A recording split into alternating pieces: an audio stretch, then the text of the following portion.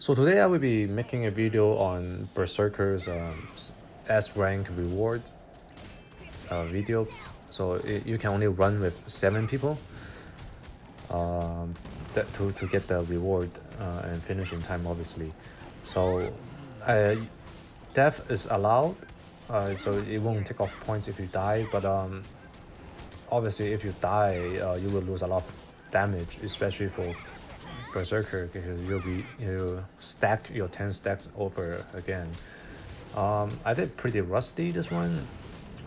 Simply I'm not that used to running with 7 people only, and a lot of times I get the ghost ability locked onto me, and I had to waste my time running around to dodge the lock on, because that is an insta kill.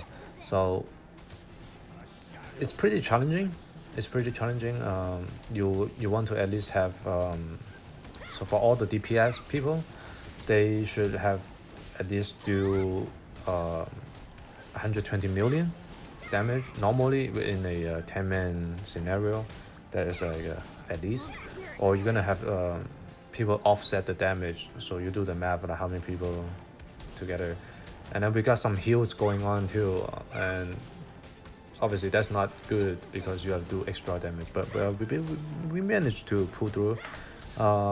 Two of the player is experienced from other region, the rest is not. So I think we did pretty good. We never play any beta or closed beta, open beta, whatever. We didn't even play the battle royale stuff, so to be able to finish S rank in the second week is pretty good in my opinion. Of course, we got kind of carried by the experienced people, so I'm glad to have them on my team. Besides that, I want to talk about how hard it is for other players that doesn't have a good weapon or good stats, because the reward for the S ranking, as you've seen at the very beginning, is very good. It's for reroll your accessories, and your accessories means almost everything. Not only they take a huge chunk of money to reroll every time, and after each roll, if you don't get the stats you want, the next time increases. And not only that, the gems, the green gems, right? You have to spend a lot of time on doing roll boss, means when you can just spend those gems on your pet instead, because your pet is equally important as your accessories or as your gears. So I recommend get your pet as soon as possible. Even if you cannot get an epic, you should get the blue one. You should still get like a good one, so you can increase your damage immediately. I think some other people already talk about it, so it's a known thing now. There's not some hidden stuff.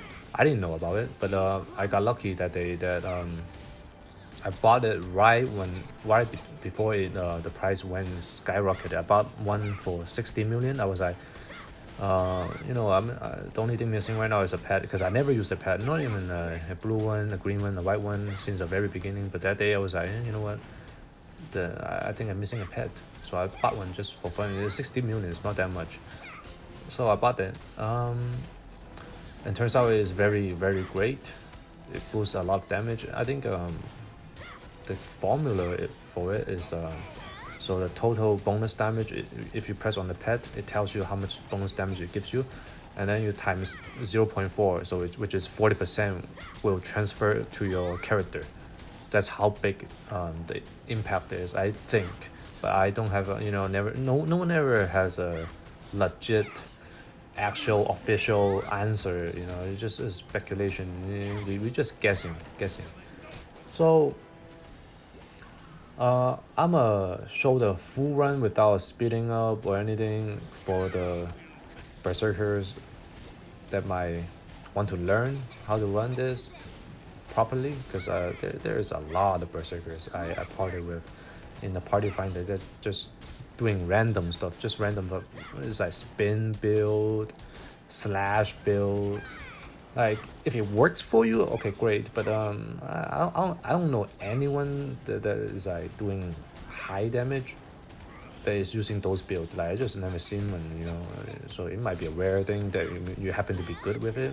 Could be, but I just personally never seen one. And then I talked to a lot of high-ranking berserkers, and no one used that. So it's up to you. It's up to you, really. Different people have different personality, different ways of playing this class, and it's a good thing because I mean the skill tree offers you a different path. Just make use of it and go with your own style.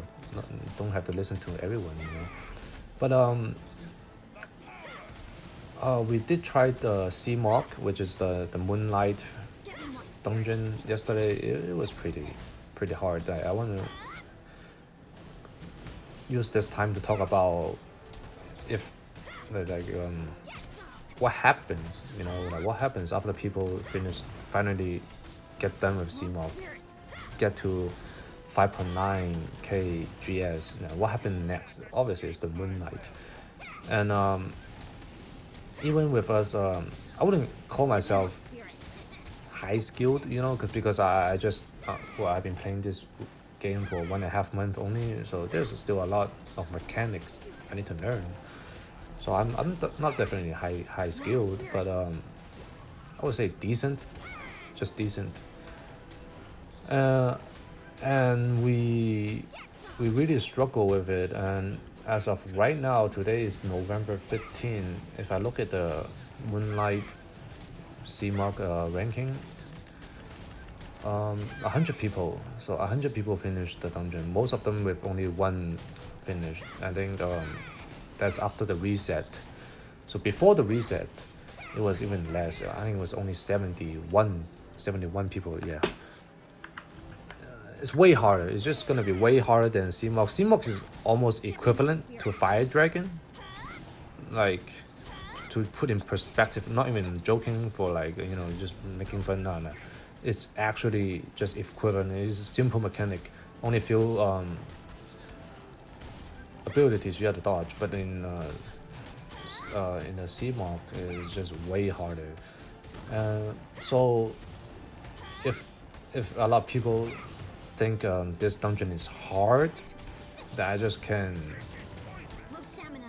wait to see how, like, what kind of fiesta, if you will, going on the forum, on the Reddit, on the road chat, you know.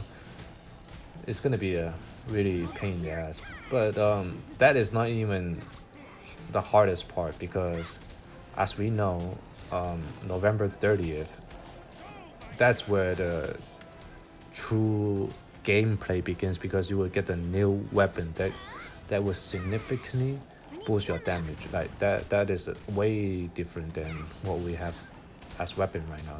That will change the game, you know. And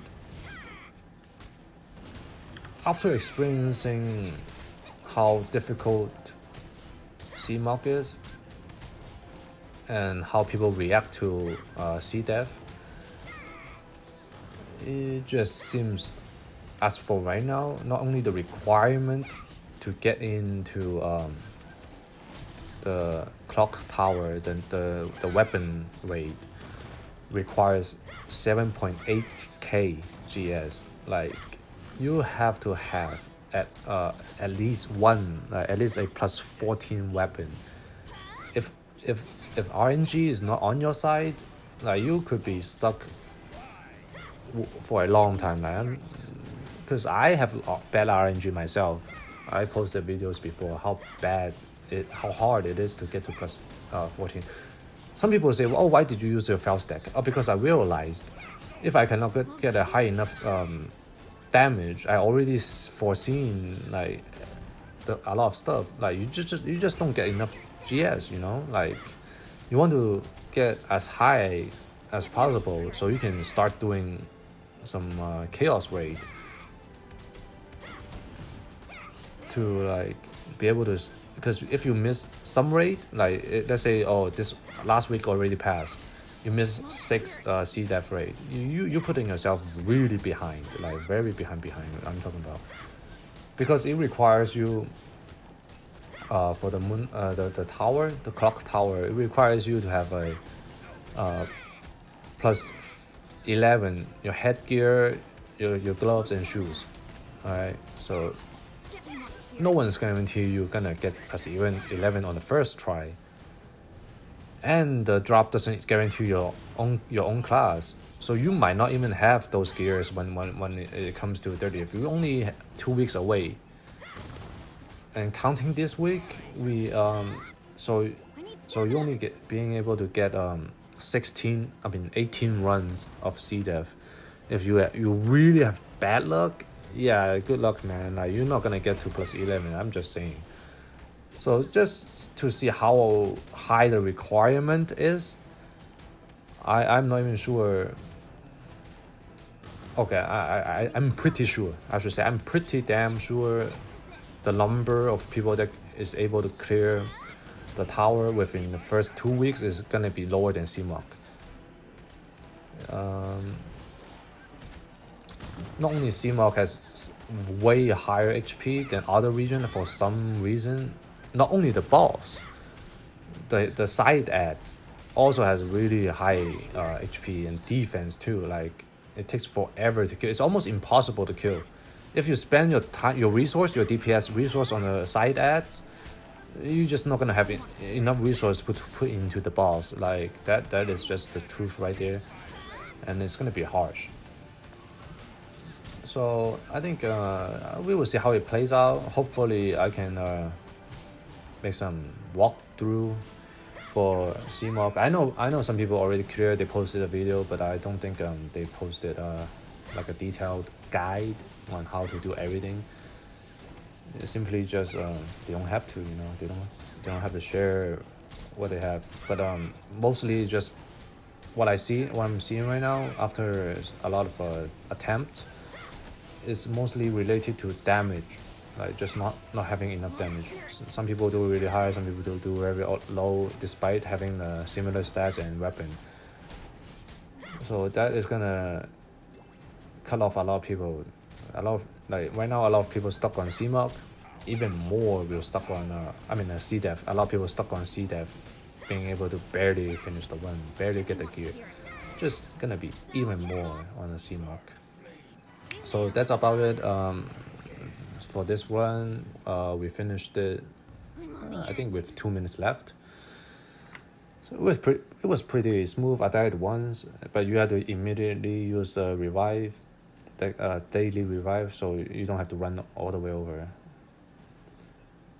If you have any question on how to play berserker, I will try to give some advice. I don't like to influence people the way they play. I don't want to like change the way they think. But if you want some advice on like what kind of gear, what kind of crystal or gems you use, what kind of accessories, I can give a general direction of my opinion. But yeah, thank you for watching. I hope you guys will be able to clear Cdev and CMOC very soon.